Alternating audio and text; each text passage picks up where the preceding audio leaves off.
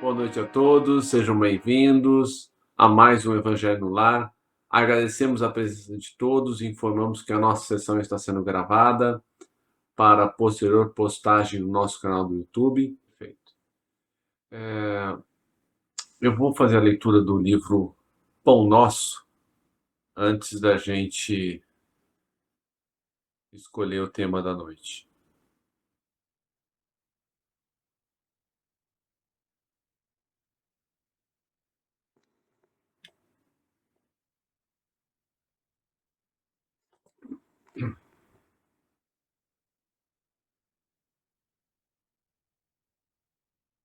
O grande futuro. Mas agora o meu reino não é daqui. Jesus, João 18:36. Desde os primórdios do cristianismo, observamos aprendizes que se retiram deliberadamente do mundo, alegando que o reino do Senhor não pertence à terra. Ajoelham-se por tempo indeterminado nas casas de adoração e acreditam efetuar na fuga a realização da santidade. Muitos cruzam os braços à frente dos serviços de regeneração e, quando interrogados, expressam revolta pelos quadros chocantes que a experiência terrena lhes oferece, reportando-se ao Cristo diante de Pilatos, quando o mestre asseverou que o seu reino ainda não se instalara nos círculos da luta humana. No entanto, é justo ponderar que o Cristo não deserdou o planeta. A palavra dele não afiançou a negação absoluta da felicidade celeste para a Terra, mas apenas definiu a paisagem então existente, sem esquecer a esperança no porvir. O mestre esclareceu: mas agora o meu reino não é daqui. Semelhante afirmativa revela-lhe a confiança. Jesus, portanto, não pôde endossar a falsa atitude dos operários em desalento, tão só porque a sombra se fez mais densa em torno de problemas transitórios e porque as feridas humanas se fazem, por vezes, mais dolorosas. Tais ocorrências, muita vez, obedecem à pura ilusão visual. A atividade divina jamais cessa, e justamente no quadro da luta benéfica é que o discípulo esculpirá a própria vitória. Não nos cabe, pois, a deserção pela atitude contemplativa, e sim avançar confiantemente para o grande futuro. Rubem, já que a prece inicial falhou, você puder refazê-la, por favor? Impressionante, sumiu tudo aqui. Puder refazer a prece, Rubem, obrigado.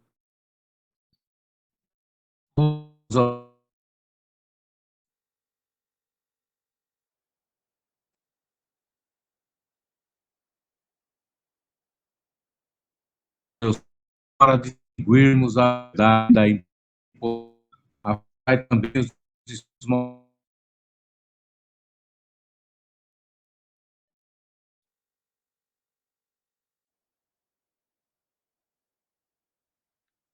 Rubem, o seu som não está vindo. Vou pedir para a Rosângela fazer um Pai Nosso para nós, tá bom? Rosângela, faz o Pai Nosso para nós, por favor. Pai nosso que estais nos céus, santificado seja o vosso nome. Venha a nós o vosso reino. Seja feita a vossa vontade, assim na terra como nos céus. O pão nosso de cada dia nos dai hoje. Perdoai as nossas ofensas, assim como nós perdoamos a quem nos tem ofendido. E não nos deixe cair em tentação, mas livra-nos ou desencarnados, que poderiam tentar lançar a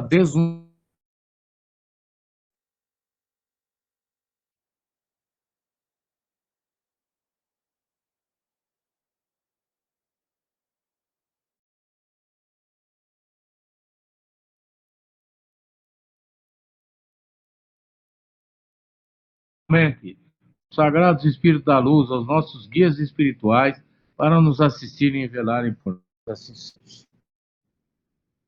Amém. Que assim seja.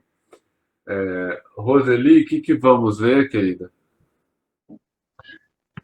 O Livro dos Espíritos, capítulo 4, Pluralidade das Existências, questão 166.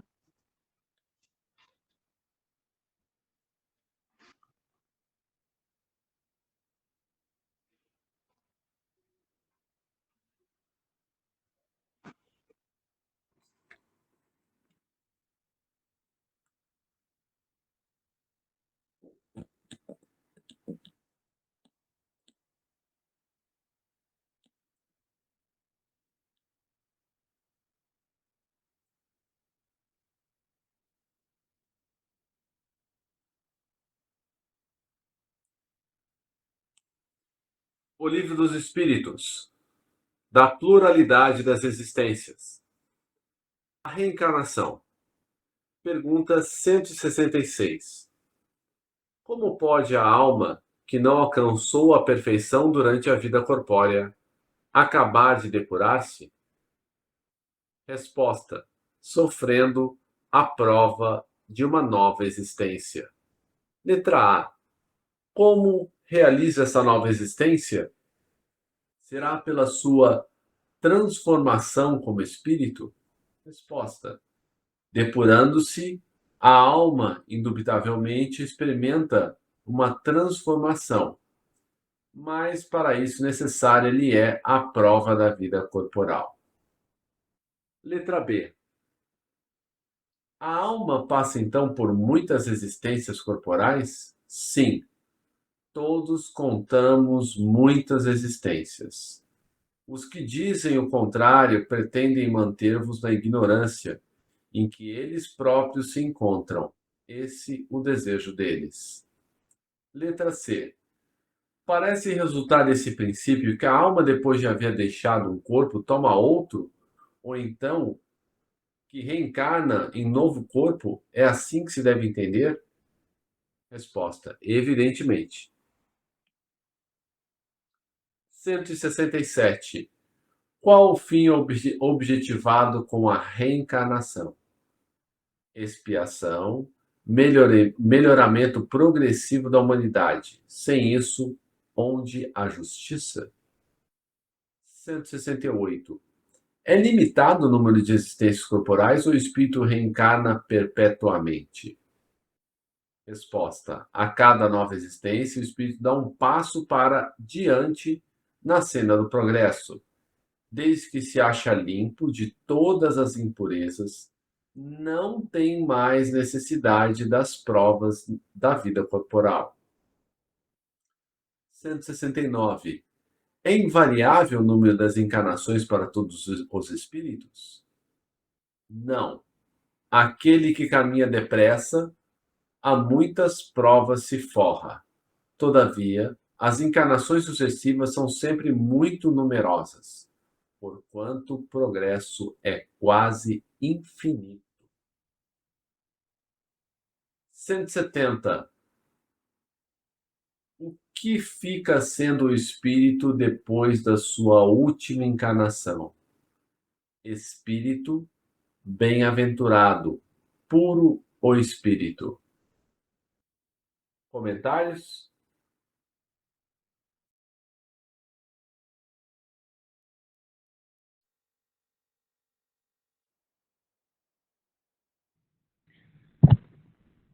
Fred, nós temos que nos ater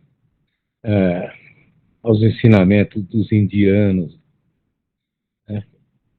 Uma civilização tão antiga aí que remonta a tempos imemoriais até. Eles, eles têm um termo que define a roda das encarnações, né? O termo chama samsara. E, e é um instituto criado pela espiritualidade, não para aprimorar a encarnatória das vidas materiais sucessivas. Dessa instância ninguém está, né, livre não há como ascender ao mundo, à perfeição ou uma melhoria, uma evolução espiritual sem se passar por esse processo, não, meu irmão? Obrigado.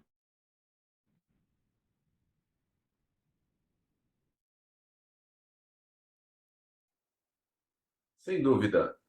Obrigado pelo comentário, Rubem. Alguém tem alguma pergunta sobre a questão da reencarnação?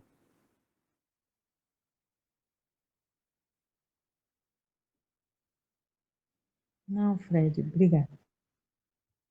Por que então são tão numerosas as nossas reencarnações?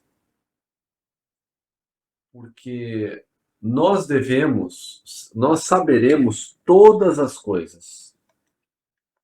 Então, nós vamos aprender tudo o que necessitamos para sermos espíritos puros. E para isso, nós seremos mestres das ciências, nós ocuparemos todas as posições que podemos imaginar, como homens, como mulheres, para que daí não só o conhecimento tenhamos adquirido, mas aquela questão de aplicarmos todo esse conhecimento para o bem, né? Porque a gente sabe que a fé sem obras não leva a lugar nenhum. Não adianta que sejamos espíritas e não apliquemos todos os conhecimentos que recebemos. É claro que uma coisa é a teoria, né? Outra coisa é a prática. A gente percebe que os ensinamentos do Cristo, né, e com o Espiritismo, as revelações que os Espíritos nos trouxeram, né, elas são de fácil entendimento, mas de difícil aplicação. Difícil aplicação porque ainda somos espíritos imperfeitos, né? Eu vou continuar lendo a parte da justiça das reencarnações, que também é bem interessante.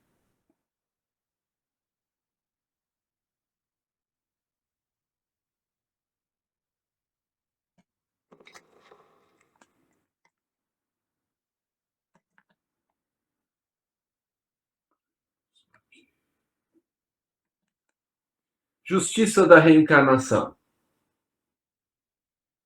171. Em que se funda o dogma da reencarnação? O dogma, entenda-se, uma verdade que ela não pode ser contestada. Na justiça de Deus e na revelação, pois incessantemente repetimos. O bom pai deixa sempre aberta aos seus filhos uma porta para o arrependimento. Não te diz a razão que seria injusto privar para sempre da felicidade eterna todos aqueles de quem não dependeu a melhorarem-se? Não são filhos de Deus todos os homens? Só entre os egoístas se encontram a iniquidade, o ódio implacável e os castigos sem remissão, sem perdão. Nota de Kardec. Todos os espíritos tendem para a perfeição, e Deus lhes faculta os meios de alcançá-la, proporcionando-lhes as provações da vida corporal. Sua justiça, porém, lhes concede realizar em novas existências o que não puderam fazer ou concluir numa primeira prova. Daí tem pessoas que dizem assim, nessa vida está muito difícil, eu vou deixar para a próxima. Só que pode ser que na próxima não tenhamos as facilidades que temos hoje. Pode ser que espíritos queridos, espíritos amigos, né, não estejam ao nosso lado, né? Nem os encarnados como os desencarnados. Aí continua Kardec. Não obraria Deus com equidade, nem de acordo com a sua bondade, se condenasse para sempre os que talvez hajam encontrado, oriundos do próprio meio em que foram colocados e alheios à vontade que os animava, obstáculos ao seu melhoramento. Se a sorte do homem se fixasse irrevogavelmente depois da morte, não seria uma única balança em que Deus pesa as ações de todas as criaturas e não haveria imparcialidade no tratamento que a todas dispensa.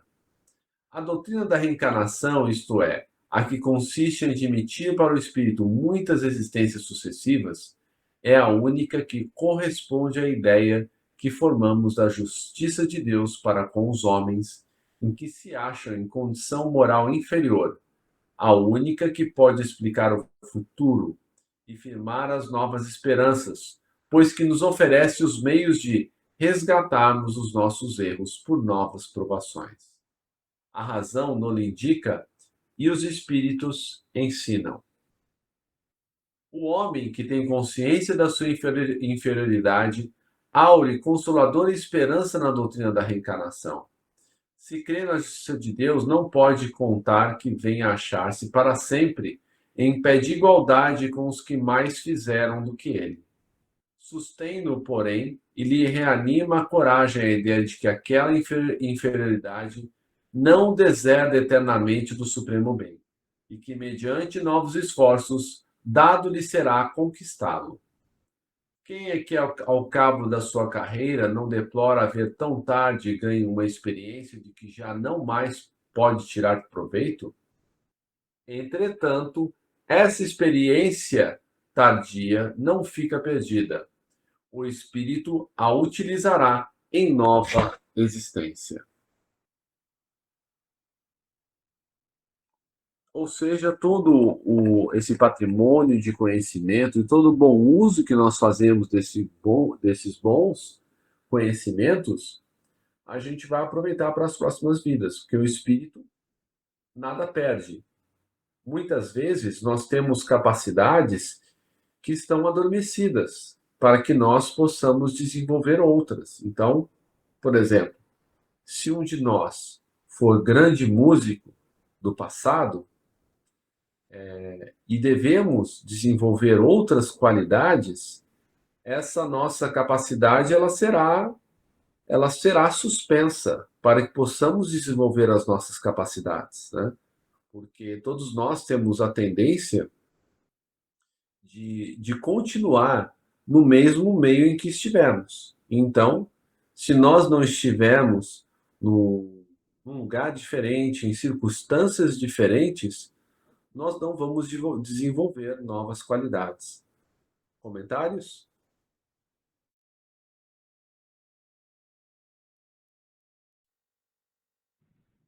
Fred, nós podemos inferir que a marcha da evolução espiritual, a marcha da evolução ou da busca dela é irreversível para o ser humano. Nós sabemos que no processo reencarnatório, o indivíduo dificilmente retroage, né, no processo. Sempre ele galga algum degrauzinho. É claro que nós levamos lá para o mundo espiritual, às vezes, né, dívidas contraídas aqui, né, na existência pretérita. E nós vamos ter que lidar com isso. E nós sabemos que lá também existe esse mesmo processo que nós estamos fazendo aqui, Evangelho no Lar, os estudos sobre a doutrina, sobre o Evangelho em si, né, que nós herdamos de Jesus. Mas o que nós temos que nos ater mesmo a instância superior que Jesus... uma das últimas manifestações do Cristo na cruz foi: Pai, perdoa-lhes, né? Eles não sabem o que fazem, né? Então, nós temos que nos ater muito a esse instituto, a essa instância que chama perdão. Se vocês me permitem, eu vou fazer uma leitura aqui do Evangelho de Chico Xavier, de ensinamentos dele, né? Que ele aborda essa questão, esse questionamento. Ele fala que, no ponto de vista dele, a virtude mais difícil de ser posta em prática é a do perdão. Perdoar exige um esforço de autossuperação muito grande. Emmanuel me disse que quem aprende a perdoar tem caminho livre pela frente. Creio que, por esse motivo, a derradeira lição de Jesus para a humanidade foi a do perdão. Ele a deixou por último, esperando o momento em que pudesse exemplificá-la. É claro que ele se referia ao perdão em diversas oportunidades, mas na hora da cruz, padecendo toda espécie de humilhação, o sentimento do perdão foi gravado a fogo na consciência da humanidade. Ninguém sofreu e perdoou como ele. O espírito que adquirir a virtude do perdão não achará dificuldade em mais nada. Haja o que houver, aconteça o que acontecer, ele saberá administrar a sua vida. Isso aí resume bem o que nós estamos fazendo, o nosso objetivo maior. E não há outro caminho senão aprendermos a perdoar. Obrigado, meu irmão. Obrigado, Rubem. Mais alguém gostaria de contribuir?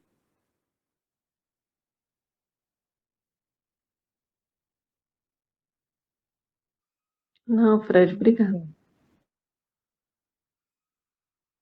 Vamos então passar para a última parte do nosso Evangelho, da parte das vibrações. Peçamos inicialmente a Jesus que nos ajude a perdoar. Realmente é uma tarefa que não é fácil. E todos os dias somos confrontados com situações que nos exigem o perdão. E peçamos que Jesus ampare os nossos irmãos em sofrimento, entre eles os desencarnados e principalmente os suicidas. Como os nossos amigos que resolveram sair da vida física, como a Carla Vanessa, o Elias, o Alain, o Bruno, a Verena, a Gabriele, o Charles, o Fred, a Juliana e tantos outros. Que todos esses irmãos sejam amparados. Peçamos também que Jesus ampare aqueles que estão sofrendo as obsessões. Nós sabemos que as obsessões são aqueles irmãos que não nos perdoaram as faltas, que não nos perdoaram as traições e que hoje, às vezes passados séculos, continuam a cobrar as nossas faltas. Peçamos então a Jesus que ampare tantos aqueles que perseguem como os perseguidos, para que possa haver o perdão das ofensas. Viveremos ainda pelos homens e mulheres que detêm o poder na Terra, para que restabeleçam e mantenham a paz do planeta, fazendo o melhor que podem pelos que mais precisam. Peçamos também por todos aqueles homens e mulheres que fazem o bem sem ostentação, pelos centros espíritas, pelas igrejas, por todas as religiões que professam o bem e a caridade. E por fim, antes do fim, que nós possamos pensar em todos aqueles irmãos que vêm à nossa mente neste momento.